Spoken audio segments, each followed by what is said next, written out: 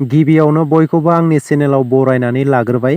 आंनि चेनेलाव गोदानब्ला अन्नानै चेनेलखौ साबस्क्राइब खालामनानै लादो जाहाथे सानफ्रोमबोनि खौरांखौ मोननो हायो। दासिमनि मोननैसो खौरांफोरा जाबाय।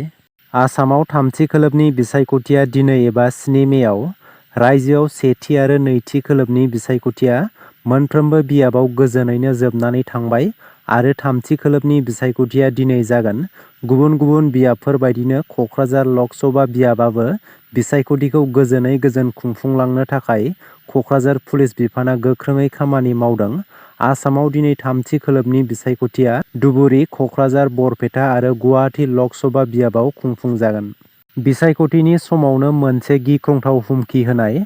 लकसभा बिसायख'थि सोलिबाय थानाय समावनो गोबां जायगायाव जाथाय जानायफोरखौ खोनानो मोनबोगासिनो दं। थिग बेबादिनो गुजरातनि आहमेदाबादाव फरायसालि बेरफ्रुहोनायनि मोनसे गिख्रंथाव हुमखि होनायनि खौरां मोननाय जादों। गुजरातआव दिनै थामथि खोलोबनि बिसायख'थिया खुंफुंजागोन। बे समावनो गिख्रंथाव हुमखि होनाय जाथाया सोराङाव फैदों। थांनाय सानखालि दिल्लीनि गं 100 फरायसालियाव उदखारिफोरा बमा बेरफ्रुहोनायनि हुमखि हरनायनि उनाव दायो गुजरातनि आहमेदाबादाव बमा बेरफ्रुहोनायनि हुमखि हरनायखौ मिथिनो मोन्दों। मिथिनो मोननाय बायदिब्ला गासै गं 6 फरायसालिफोरखौ बेरफ्रुहोनायनि हुमखि होदों। बे हुमखि होनायनि उनाव फरायसालिफोरखौ बन्द होनायनि उनाव गोख्रोंसिन रैखाथि गोनां खालामनाय जादों।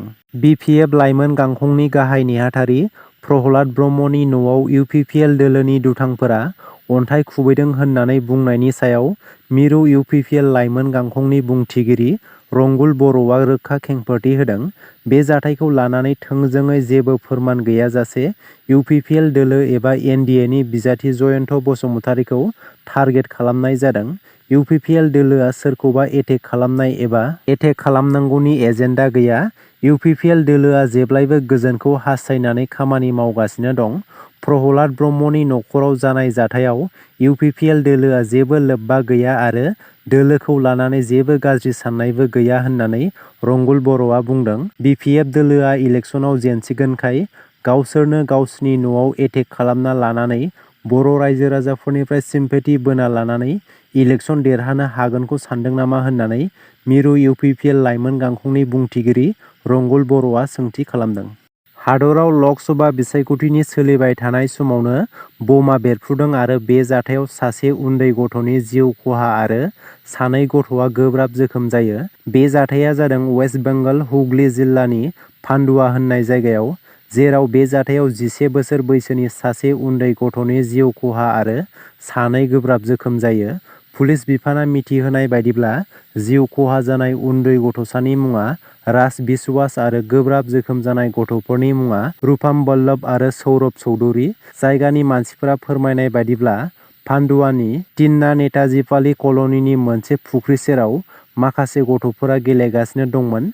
बे समावनो गिख्रंथाव बेरफ्रुनाय सोदोबखौ खोनायो, जेराव बे जाथायाव 3 गथ'फोरनि गोब्राब जोखोम जायो आरो जोखोम जानायफोरखौ पान्डुआ हस्पिटालाव लांनाय जायो।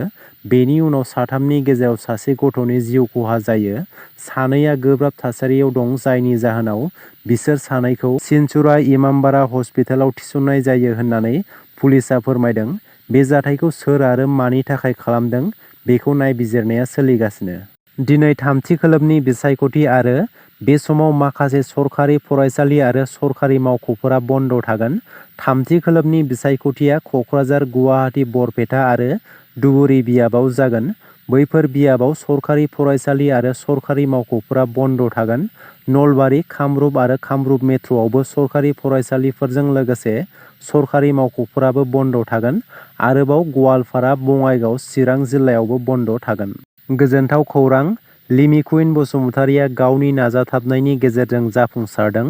क'क्राझार जिल्लानि सिङाव थानाय गसाइगाव 2 नं जारागुरि गामिनि थागिबि सबिराम बसुमतारी आरो रनजिला बसुमतारीनि नैथि फिसाजो लिमिकुइन बसुमतारीया पि.एइच.डि. डिग्रीखौ मोनफुंनो हादों।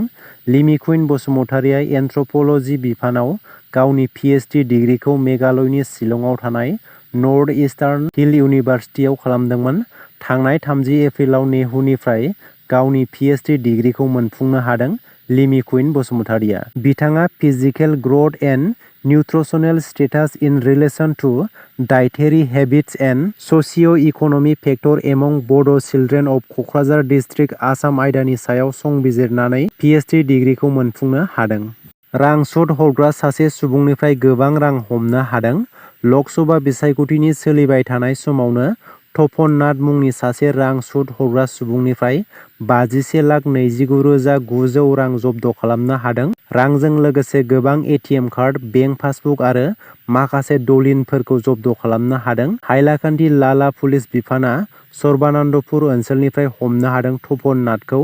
बे गोबां रांनि जेबो फोरमान गैयामोन तपन नाथनाव। आसाम सोलोंथाइ बिफाना फिन आरोबाव गं 96 सरखारि फरायसालिफोरखौ बन्द खालामनो फोसावदों। लक सभा बिसायख'थिनि समावनो रायजोनि सोलोंथाइ बिफाना बे गोख्रों थांखिखौ लादों। धेमाजि जिल्लायाव गासै गं 21 हाइ स्कुल आरो सिनियर सेकेन्डारि स्कुलफोरा बन्द जानो थांगासिनो। कामरुप जिल्लायाव गं 10, बङाइगावआव गं 9, धुबुरी जिल्लायाव गं 7, जरहाट आरो शिबसागर जिल्लायाव फारियै गं 4, गवालपारा, मरिगाव, खोला सालमारायाव फारियै गं 3, हाइलाकान्दि, नगाव, तिनसुकिया, करिमगन्ज, सनितपुर आरो कार्बि आंलं जिल्लायाव फारियै गंसे फरायसालि बन्द खालामनो फोसावदों। दासिमनि मोननैसो गोनां खौरांफोरा बेनोमोन। गोजोन्थों।